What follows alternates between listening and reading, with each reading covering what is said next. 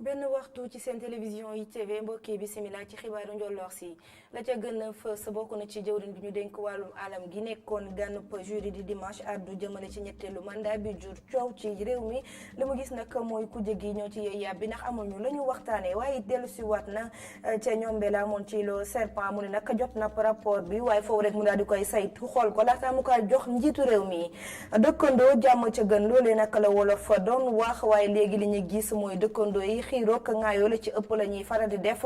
la ko sooke nag bëri na ngir saafara daa dem ci loolu foofu rek ñu dellu ci li fi maam bàyyi woon xibaari biti réew bokk na la ca gën a fës ci Syrie lu tolloog fukki doomi aadama daal di ñàkk seen bakken gannaaw nag ba ñu nekkee ci benn woto boo xamante ne dafa amoon napp ndell mbokk yi loolooy ponk yi bu ngeen taaxirloo ñu daal di koy faram fàcce.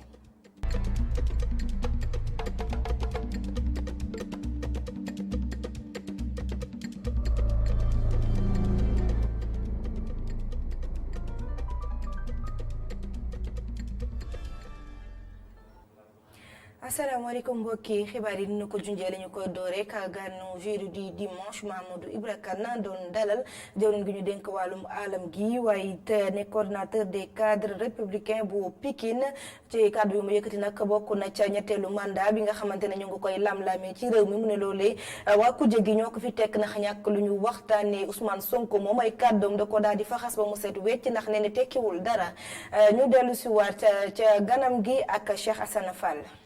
coow bi jub ci ñetteelu mandat bi dafa nekk wax joo xam ne amul benn yoon te teguwul benn yoon ci benn mbir mu leer loolu de la coordonnateur u cadre républicain yi gis moom mi la jàpp ne sax coow bi ñu ko taxawal mooy waa opposition bi ngir andi ay jixi jaaxa ci xelu population bi le c'est l'opposition qui est en train de manipuler. débat wu troisième mandat bi débat wu waa opposition bi la ñoom ñooy nekk ci wax loolu ngir mën a jiixi jaaxa xelu nit yi waaye ñun nekkuñu fi ngir dundal seeni wax ñoom waa opposition mën nañoo wax waaye ñun ñi nekk ci pouvoir bi waruñu leen a topp ci wax joojee warul nekk sax sunu wex. gérer l'agenda de l'opposition. le débat du mandat est un. ak nit ki fu mu mënti bokk waxu troisième mandat warul nekk suñu débat. que ce soit quel que soit le bord. ci laaj bi jëm ci ndax dafa am ab projet bu ñuy taxawal ci secret ngir mën a tëj Ousmane Sonko ci kaso gi ministre bile di xam la ne loolu amul benn yoon.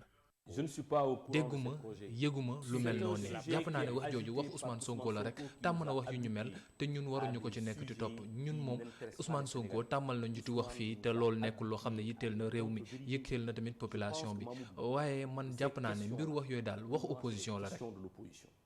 mu nekkoon ganub Mamadou Ibra Kane ci jury du dimanche bi jëwriñ gi yore lépp lu jëm ci mbiru environnement fàttewul benn yoon jay sunu politique environnementale te xam ne njiitu réew mi moo ko teg te mu koy doxal ak PSE vert bile. ñu desandi ba tey ak moom jëwriñ gi nga xamante ne moom la ñu dénk wàllum alam gi dellu siwaat ci jiyee ji femoon fukki fan ak juróom-benn ci weeru septembre bi ne amoon fële ca îlot Serpent te mu am ñi ci ñàkkoon seen bakken nee na nag jot na rapport bi waaye laata mu ko jébbal njiitu réew mi foofu rek mu daal di koy saytu jàng ko bu baax ñu taataan ay kàddoom. l'événement est survenu le 16. jëye ji moo ngi am le 16 septembre ba mu amee nag ba noppi man yëkkati naa ab lettre yónnee ko nit yi ngir ñu taxawal ab enquête boobu nag taxawal nañ ko doxal nañ ko yónnee nañ ma ab rapport ci fan yi ñu génn rapport boobu nag man dinaa ko jàng xool lan moo ca ne su ma paree ci rapport bi nag ma jox ko ñu ma féete kaw maanaam président de la république moom nag su jotee ci rapport bi ba xool ko ba pare la ñuy dogaati mën a jël rapport bi wasaare ko ñëpp mën a xam la ca ne. Le président va recevoir le rapport avant que ce rapport ne soit rendu public. wax ci leneen Aminata Mbengue Ndiaye mu wutu Ousmane Tanor Dieng ci boppu conseil des collectivités territoriales place am bi nga xamante ne nag fa la toogoon nekk jawriñ gi ñu dénk wàllum napp gi jamono ji ki nga xamante ne moo ko wuutu foofee mooy Alioune Ndoye nekk maire bu Dakar Plateau ñu dellu si waat ci jaar-jaaru ñoom ñaar ñooñee nga xamante ne ku ci nekk da nga am ndombal tànk bu bees ànd ceeg Pape Alioune Sarr. au conseil bu collectivité territoriale ku ko jiite jógewul ci ëttum parti socialiste Aminata Mbengue Ndiaye daal di wuutu Ousmane Tanor Dieng ci bopp kuréel bi moom mi nga xam ni dafa génn àdduna ci 15 juillet bi weesu ndogal bi nag ñëpp doon xaar njiitu réew mi daal di koy fësal ku mu tànn di soxna boo xam ne ci dafa yàgg ci ëttum politique bi Aminata Mbengue Ndiaye nekkoon ministre de la femme de l'enfant et de la famille ci nguuru Abdou Diouf mu daal di wone boppam ba léegi ñu koy tudd ci ëttum politique bi ku nekkoon meeru Louga parti socialiste la mës a nekk mu si jóge te sax moom mi bokk na ci ñu ko yoroon ci jamono bi nga xam ni metti woon na lool waaye Aminata Mbengue Ndiaye dafa jàpp te bañ a bàyyi lii tax bu nguuru Abdoulaye Wade jeexee Macky Sall wuutu ko moom mi moo yor ministre bu yor wàllum élevage ci diiru juróom-ñaari at bu mu fa jógee lañu ko fal mu nekk ministre bu yor wàllum napp bi tey jii nag mu daal di koy jox ab rakkam di naataangoom ci parti socialiste di Aliou Ndoye muy guléet meeru plateau bi daal di bokk ci nguuru Macky Sall moom mi maire rek la mës a nekk mu daal di def ay jéego ci ëttum politique bi luñ ko fal mën a tax mu wone boppam bu baax ci parti socialiste waaye tamit ci coalition Benno Bokk Yaakaar bu mu nekk. jaajëf Pape Alioune Sarr ci tënk ñu wutali ca Ziguinchor Abdou Eninkin Diatta jébbal nañ ko boromam ca sëg ya nekkee ca Moulomp moom mi nekkoon secrétaire général bu MFDC ca Casamance nag ci fàttali ci dimanche bi ñu génn lañu ko daal di faatoon ay samba bo yu yori moto ñoom ñoo ñëwoon ca jamono ja nga xamante ne ña nga doon amal ab cérémonie culturelle ab ndaje ci fàttali nag laataa ñu ko jébbal boromam ca sëg ya amaloon nañ levée du corps ba ca hôpital bu Ziguinchor ñu desandi ba tey ci gox boobee ci beneen gox nekk ci Ziguinchor di Goudomp foofee nag naqar ak tiis la commune ba daal di yeewoo ndax ki nga xamante ne moo ko jiitee di seen maire Abdoulaye Bosco Sadio moom moo daal di ñàkk bakkanam ci guddi gi moom nag mi ngi woon fii ci Ndakaaru ca Mermoz ci benn clinique gannaaw ba ko benn feebar tëddëree. ñu wax ci leneen nag ci biir xibaar yi location maanaam dëkkuwaay ak mbir yi ni mu seere nem sax amoon na ab loi boo xamante ne ci atum 2013 la ñu ko voté woon ngir wàññi lépp lu jëm ci wàllum location waaye ñu gis ne mbir mi amul toppandi ga ca war askan wi nag woy di ñaaw la yenn doxalin yi nga xamante ne borom kër yi ñu ngi koy def Omar Kane. ci kàddu locataire yi loi biñ fi wote woon jëm ci wàññi location bi dara la soppiwul ci seen dundin. ñoom jàpp nañ ni borom kër yi dañoo nax nguur gi. loi bi mu duggee ci tàng-tàng bi gis nañ ne ko borom kër yëpp wàññi woon nañu si surface corrigée yi ñu waxoon yi waaye ca njëlbeen bi wut nañu seen ay porox ndol yi nga tax ne wut nañu ay pexe génnee nit yi yokkaat location yi yóbbu ko ci ay prix yu kéemaane loolu moom gouvernement bi li mu si doon jublu moom antuwul lajj na si bu baax baax. da ngay fay location chaque jour ngay taabal di xool looy lekk mun too ko. SMIC bi fii fukki junni la wala bu ko ëppee ba ëpp 60 000 la.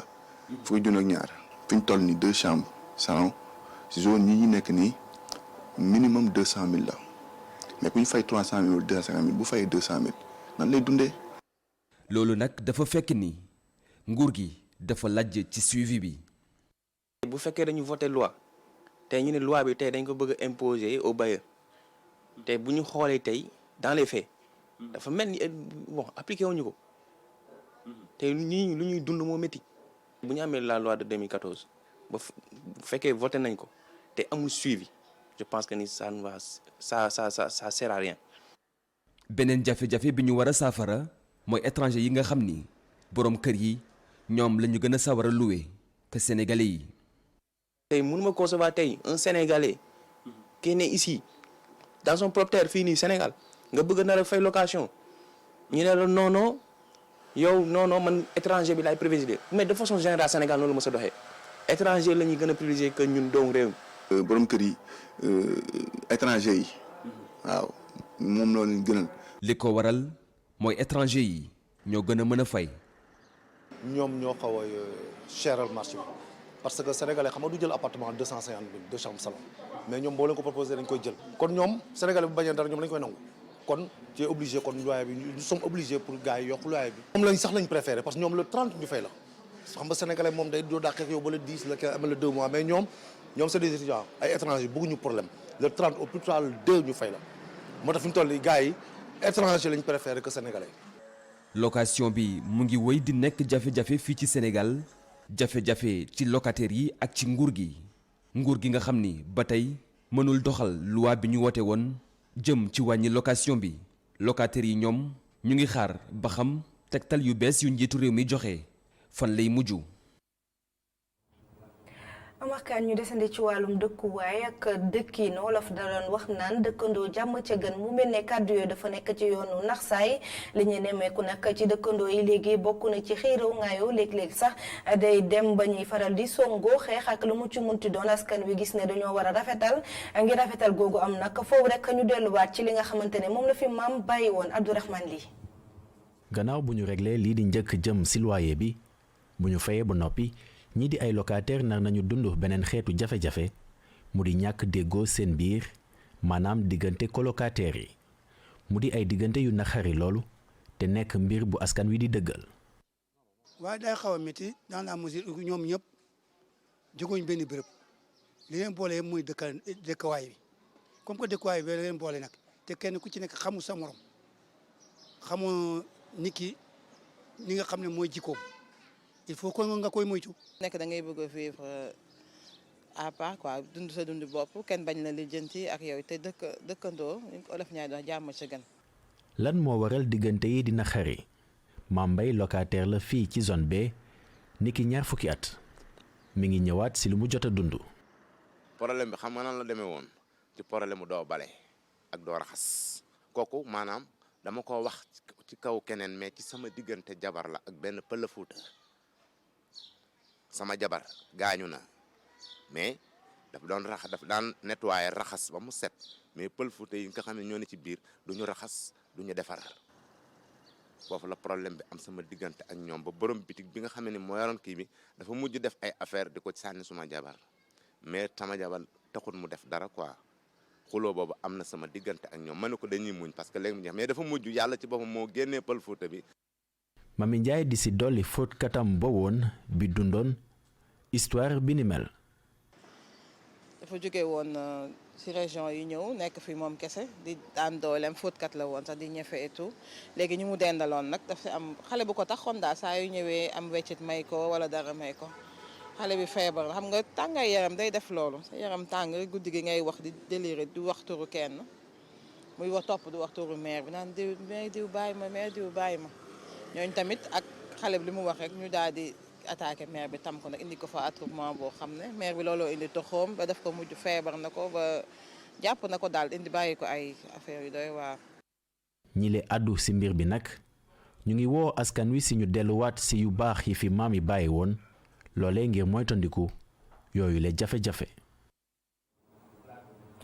jaajëf ñu àddu wax ci leneen ñeel wàllum koom geek boo demee ci yenn bërëb yi nga xamante ne fa nga mun a lebee koppar ak la ñu cay tekk ñu duppee ko taux d'intérêt ñu gis ne léegi leen nag taux bi dee bëri lool ndax téeméer boo jël dina jàpp fukk ak ñaar jëm fukk ak ñeent askan wi nag gis ne loolu jaaduwul benn yoon nguur gi te gisee ni mel ne foofu rek ñu daal di ciy jëli pexe reportage ci Diane Cissé Moussa Fall.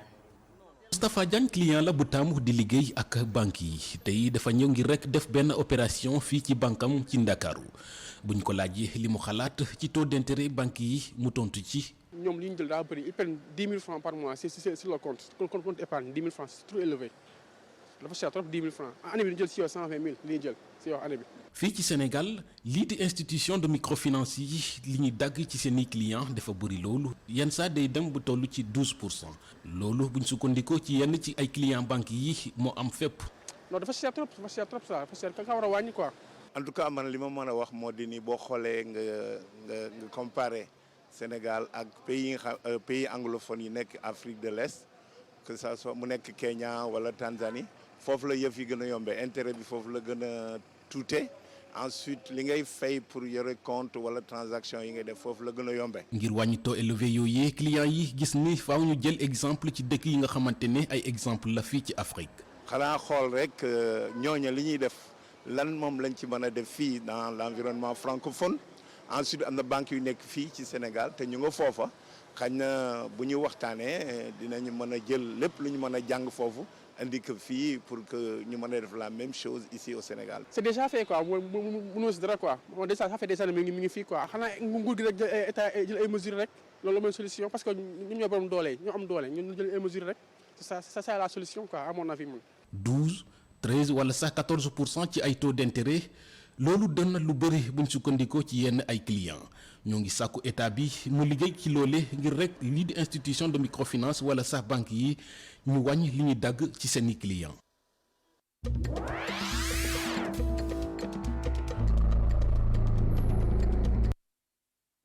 bi ci réew beneen ponk ci biir xibaar yi dañu ko dooree ci Guinée Bissau ak délégation CEDEAO bi ñu fay xaarandi ngir rek mu dox fa tànki jàmm ca Mali nag ci ay bés yu ñu génn am na ñeent fukk ak juróom-ñeenti doomi aadama yi fa ñàkkoon seen bakkan ñoom nag di ay soldat ca Algérie xam nañ juróomi candidat ya war a jongante waaye ca Syrie lañ ko fas yéene jeexee ak fukki doomi aadama yi nga xamante ne dañu ñàkk seen bakkan ca wuta ba ñu nekkoon nag moo amoon nag pandel loolu lépp ñu àndi ceeg Alioune Guèye. ci Guinée Bissau ab délégation CEDEAO nara dem tey ca dëkk ba ngir dox fa tànku jàmm dëkk boobu nga xamante ni ñu ngi amal élection pal njiitu réew ci ñaar fukki fan ak ñeent ci weeru novembre gi ñu nekk daal di am ñaari njiitu jëwriñ kenn ki di Aristide Gomes moom mi nga xamante ni njiitu réew mi daka dàkk waaye yenn dëkk Afrique sow jant yi ak communauté internationale daal di koy soutenir keneen ki di Faustino Embali moom mi nga xamante ni njiitu réew mi di José Mario Vaz moo ko fal CEDEAO ci tànku jàmm jooju mu nar a dox naasee boole fulaak fayda jàkkaarloo bi ñu nar a amal ñoom ak njiitu réew mi narul nekk lu yomb ndax ñoom waa CEDEAO dañoo gis ni José Mario Vaz dafa jël ay décision yi nga xamante ni jaarul yoon.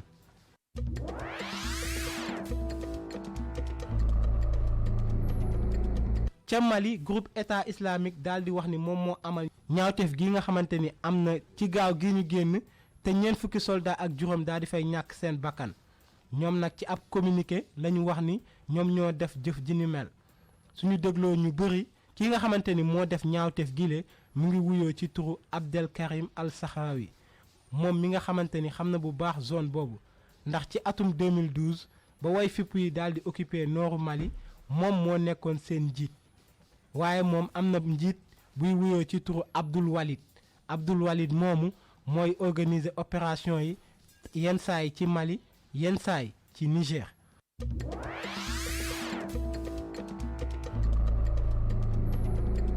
ci Algérie juróom lañu nar a bokk ci élection jongante pal njiitu réew ginnaaw ki fa nekkoon ñaar fukki at di wuyoo ci turu Abdelaziz Bouteflika ki nga xamante ni askan wi ak militaires yi ñoo teg pression ngir mu wàcc. ñoom juróom ñooñu di wuyoo ci turu Abdelaziz Belayit Ali Benfis Abdelkader Ben Grina Azzedine Mihoubi ak Abdelmadjid Tebboune juróomi candidat yooyu seen at toll ci juróom fukki at ak juróom benn ak juróom ñaar fukki at ak juróom ñoom ñooñu askan wi xam nañ leen bu baax ndax ñaañi nekkoon nañ ci ay parti politique te doon nañ soutenir Abdelaziz Bouteflika Ali Benfis moom mi nga xamante ni nekkoon nañ njiitu jëwriñu président bi Azzedine Mihoubi ak Abdelmadjid Tebboune ñoom nekkoon nañ ay jëwriñ kenn ki yoroon caada keneen ki yoroon habitat ba si yàgg mu daal di nekk njiitu jëwriñ yi ba tax na ñoom candidat yooyee kenn jóge ci société civile wala nga nekk koo xamante ni da nga am sa mouvement bopp yooyu le dossier conseil constitutionnel moo ko war a saytu.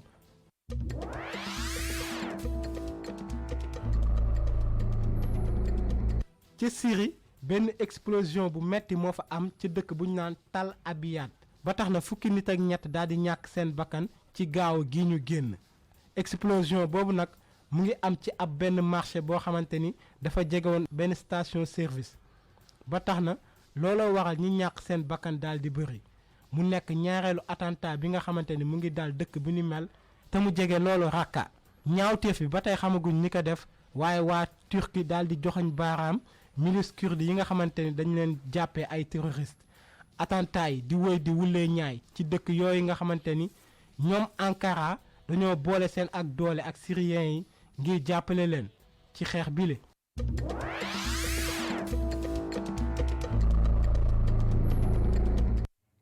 ngay cong yu bëri na dañu ko gisee ca Syrie waaye it ca Mali bokk na ci it la ñu doon waxtaanee ca émission Air du Temps bi nga xamante ne Alassane Samba Diop ak ganam la ca gënoon a fës nag mooy lan mooy faral di jur yooyu la cong yu ci bëri nag ñu naan ay attaque terroriste wala sax ay djihadiste waaye nag la ñu war a gën a def ngir mun koo saafara rawatina ci réewu Afrique yi Omar Kane. ci kàddu yu Jules Yaby moom mi taxawal think tank Wati ñaawteef yu ñu nemmeeku ci biir Afrique nekkul yépp ñoo jóge ci jihadiste yi ci kàdduwam jël lépp luy menace ci Afrique de l'Ouest jiñ ko jihadiste yi day tax ba duñu mën a gis yeneen menace yi wër sous région bi Julia bi jàpp ni naam am na ay ñaawteef yu bari yoo xam ni terroristes yi ñoo nekk ci ginnaaw waaye taxu ko nekk jihadisme mu dolli wax ni ay groupe armé yu bari ñu ngi ci biir continent bi te duñu ay jihadiste waaye ñu ngi def ay ñaawteef yu jéggi dayoo am na ci ñoo xam ni ñu ngi wuyoo jihadiste di def ay ñaawteef te kenn xamul li leen tax a jóg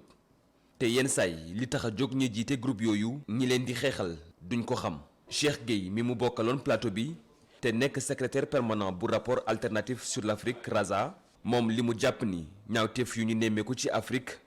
fi mu jógee bari na te wute ci moom du jihadisme islamique rek moo waral violence yi nga xam ni ay groupe armé ñu ngi koy amal ci continent bi ci moom Cheikh Gueye violence yooyu dañoo ñëw fekk ay conflits yu yàgg Cheikh Gueye ak Julia bi nekkoon ganu L'Air du Temps ak Alassane Samba Diop ci dimanche bi. mi ngi wax xibaaru njolloor si fii lay daal di yem jaajëfal leen bu baax yéen ñi jàpp ci liggéey bi ba mu yem ba nu mënu ko jotali ñi safoo seen télévision ITV ñaanal leen kenn lu jàmm te di ko sàkk ci yéen jërë ngeen jëf.